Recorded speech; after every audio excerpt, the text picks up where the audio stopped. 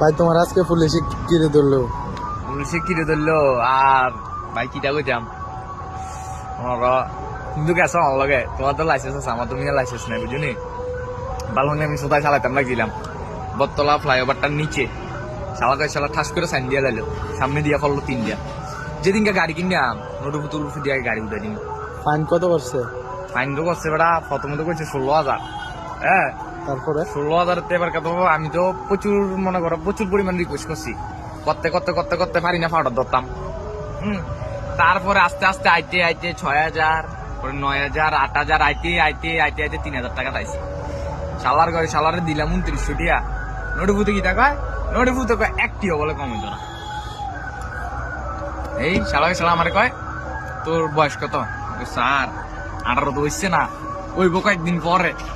নটিভূতে আমার কয় 18 বছর হয়েছে।